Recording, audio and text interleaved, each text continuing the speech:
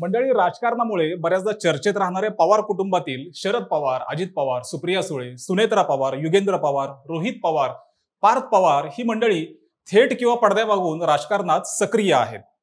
बाकी जी मंडळी थेटपणे राजकारणात सक्रिय नाहीत त्यांनी व्यवसाय, शेती, सामाजिक कार्य अशा पातळीवर आपापल्या कार्याची छाप पाडलेली आहे.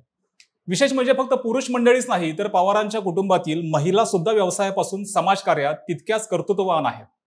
त्यापैकीच एक नाव म्हणजे सुनंदाताई राजेंद्र पवार.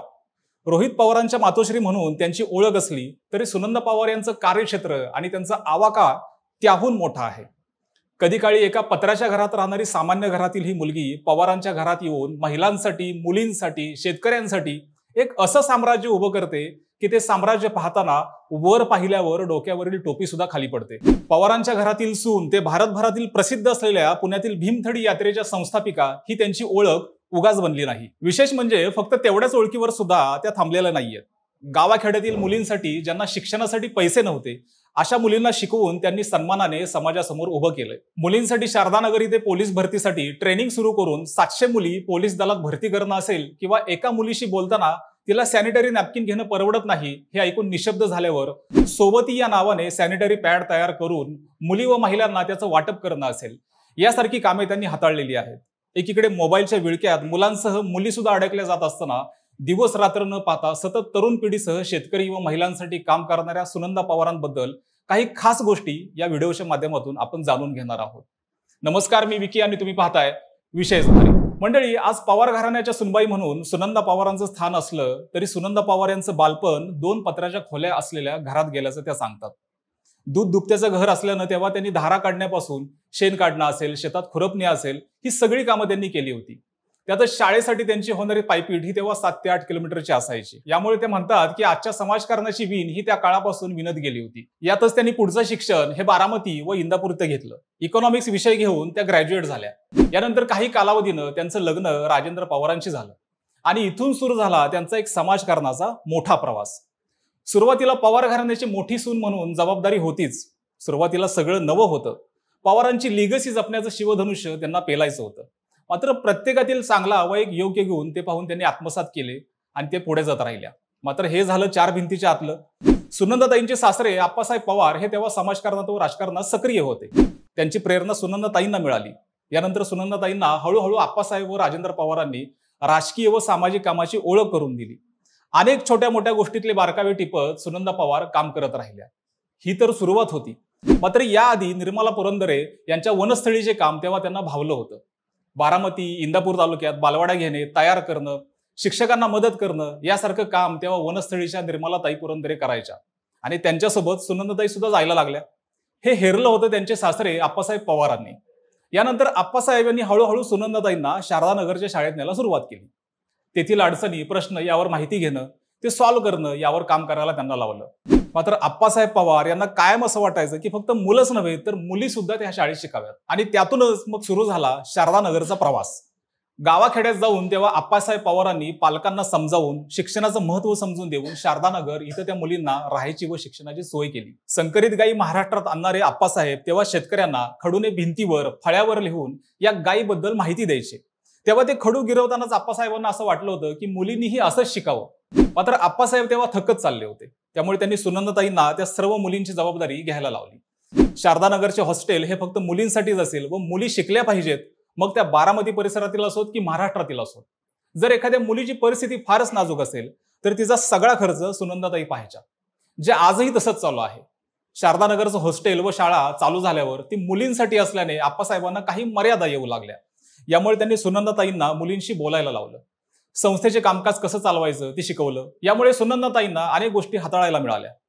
शेतकऱ्याच्या मुलांना शहाणं करण्याचं काम संस्था करत आलेली आहे. याच्या टेक्नॉलॉजी असेल, दुधाबद्दल असेल, ते अगदी गाई गुरांसाठी असेल, यातून मुला-मुलींना शिक्षण देऊन त्यांना पुढचं नॉलेज देण्याचं काम संस्था करत आली आहे असं त्या सांगतात.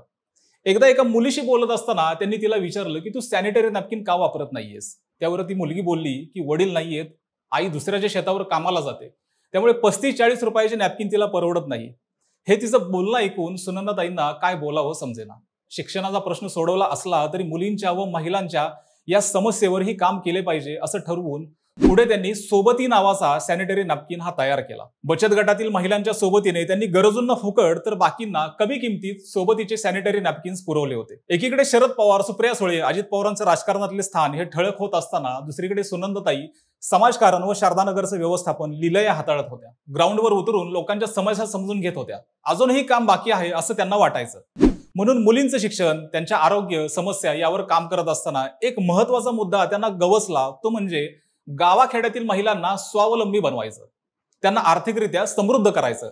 आणि मंडळी, याच्यातूनच भारतभर व आता काही देशात सुद्धा प्रसिद्ध असलेल्या भीमथडी यात्रेचा प्रवास सुनंदाताईंच्या मार्फत सुरू झाला.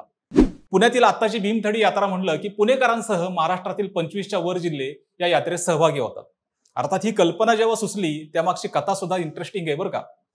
15-16 वर्षापूर्वी बचत गट असं सगळीकडे चर्चा व्हायला लागली होती. तोपर्यंत सुनंदाताईंनी महिलांसोबत कामही सुरू केलं होतं. मात्र महिला ज्या वस्तू बनवत त्याला मार्केट हे तालुका किंवा जिल्हा लेव्हलला सुद्धा नाही असं त्यांना वाटायचं. यातच त्या बचत गटातील महिलांना भेटायला महाराष्ट्रभर फिरत, तेव्हा त्यांना गावाखेड्यातील महिलांची ताकद समजली व यांना व्यासपीठ तयार केलंच पाहिजे असं त्यांनी ठरवलं व भीमथडी यात्रेची सुरुवात सुनंदाताईंनी चालू केली. आज प्रचंड प्रसिद्ध असलेल्या या भीमथडी यात्रेचा प्रवास तेव्हा फार अवघड होता असं त्या सांगतात. कारण महाराष्ट्रातील बचत गटाला जोडलेल्या या महिलांच्या वस्तूंना व्यासपीठ तयार करणं हे एका महिलेनेच पुढाकार घेऊन करणं हा एक योगायोगच. मात्र हळूहळू भीमथडी यात्रेचे स्वरूप वाढत गेले व काही जिल्ह्यांपुरताच मर्यादित असलेला आवाका आता 25 जिल्ह्यांच्या वर पोहोचलाय असं त्या सांगतात. महाराष्ट्रातील गावाखेड्यातील महिलांनी नुसतं रानातली घरातली कामं न करता स्वतःमध्ये असलेल्या कलागुणांना वाव देऊन त्यांना आर्थिक स्वरूप आणायचं व त्याला व्यासपीठ सुद्धा मिळवून द्यायचं, हे त्यांचे ध्येय आज भारतभरासह जगातील काही देशात सुद्धा भीमथडी यात्रेच्या निमित्ताने पोहोचलेला आहे. विविध थीम सुद्धा या यात्रेमध्ये केल्या जातात. यात्रेत होणारी आर्थिक उलाढाल, गर्दी ही मला महत्वाची नाहीये. माझ्या भगिनींना व्यासपीठ मिळतंय व महत्वाचं की त्यांना ग्राहक सुद्धा मिळतोय हे जास्त महत्वाचं असं त्या सांगतात. यातच भीमथडी यात्रेत जेवणावेळी उठताना सकाळपासून रात्रीपर्यंत भाकरी थापणाऱ्या महिलांची पाठ किती दुखत असेल, तिला रात्री भाकरी थापून झाल्यावर उठता तरी येत असेल का, याची काळजी सुद्धा त्यांना तितकीच आहे. भीमथडी यात्रा सुरू झाल्यावर सकाळी 9 ते रात्री 11 पर्यंत त्या तिथे उपस्थित असतात. आज सुनंदाताईंमुळे जवळजवळ 2000 महिला या उद्योजिका बनलेल्या आहेत. अनेक महिलांना व्यावसायिक ज्ञान मिळाले, व्यासपीठ मिळाले. यामुळे आज या सर्व महिला त्यांना खूप मानतात. मंडळी, हे सगळं जरी असलं तरी शारदानगरच्या मुलींच्या शाळेत त्यांनी मुलींसाठी पोलीस भरती पूर्व प्रशिक्षणही चालू करून आजवर तब्बल मंडळी 700 मुलींना महाराष्ट्र पोलीस दलात पाठवलेला आहे. यात सर्वांचीच परिस्थिती चांगली असेल असं नसल्याने गरजूंचा खर्चही त्यांनी संस्थेमार्फत केलेला आहे. यातच त्यांच्या या मुलींच्या शाळा, कॉलेजमुळे कितीतरी मुलं मुली आज चांगल्या ठिकाणी पोहोचलेले आहेत. हे सगळं कमी की काय म्हणून 1971 साली बारामती परिसरात पाण्याची कमतरता, शाश्वत शेतीची गरज, भूजल पातळी वाढ यावर आप्पासाहेब पवारांनी कृषी विकास ट्रस्ट स्थापन केला होता. या अंतर्गत राजेंद्रदादा पवार व सुनंदाताईंनी हे काम आजही पुढे चालू ठेवलेले आहे. यात आजतागायत शेतीविषयक सुद्धा कितीतरी गोष्टी त्या रोज लोकांच्यात राहून बोलून त्यावर काय करता येईल हे पाहत असतात. 50हून अधिक गावांमध्ये त्या जलसंधारणाचे काम करतायत. त्या स्थानिक लोकांशी बोलतात. सॅनिटरी नॅपकिन मिळतायत का ते त्या विचारतात. शिक्षणाची अडचण असेल तर पुढचं मी पाहते असंही बोलतात. मुलींना पुरेसे शौचालय नसल्याने मुली दिवसभर पाणी पित नाहीत. यामुळे शाळा कॉलेजात त्याबद्दलही त्या सगळ्यांना जागरूक करत राहतात व यातूनच त्यांनी शाळा कॉलेजात जास्तीचे शौचालय बांधलेली आहेत. महिलांशी चर्चा करताना त्यांना असं जाणवलं की अनेक महिलांना शासकीय योजना ह्या माहीतच नाहीयेत. यावर त्यांनी बचत गटाच्या माध्यमातून महिलांना योजना व त्यांचा लाभ सांगितला.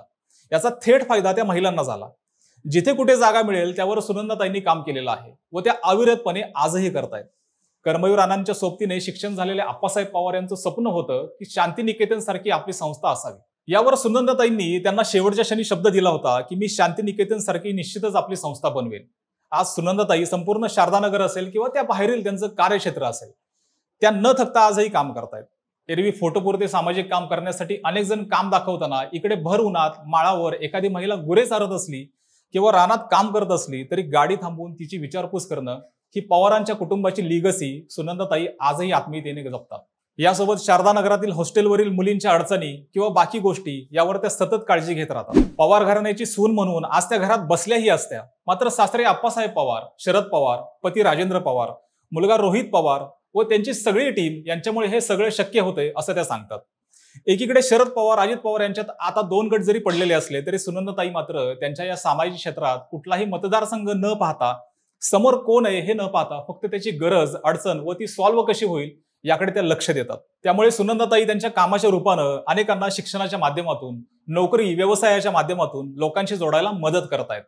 कितीतरी महिलांना गावाखेड्यातून बाहेरील जगाशी संपर्क करून देत त्यांना योग्य ते नॉलेज देऊन त्यांना आर्थिकरित्या समृद्ध करणं असेल, किंवा गावाखेड्यातील मुलींना शिक्षणाचं महत्त्व सांगून शारदानगर सारखं वसतिगृह आज अनेक मुलींसाठी वरदान ठरत असेल, किंवा भूजल पातळी वाढवणं, शेतीविषयक माहिती देणं असेल, या सगळ्या सुनंदाताईंच्या एकूण कामाबद्दल मंडळी तुमचं काय म्हणणं आहे आम्हाला कमेंट करून नक्की सांगा. आणि जर हा व्हिडिओ तुम्हाला आवडला असेल तर लाईक आणि शेअर जरूर करा. सोबतच आपल्या विशेष भारी या युट्यूब चॅनलला सबस्क्राईब करा. आणि जर हा व्हिडिओ तुम्ही फेसबुकवर पाहत असाल तर तिथेही आपल्या विशेष भारी FB या फेसबुक पेजला देखील फॉलो करायला विसरू नका. धन्यवाद.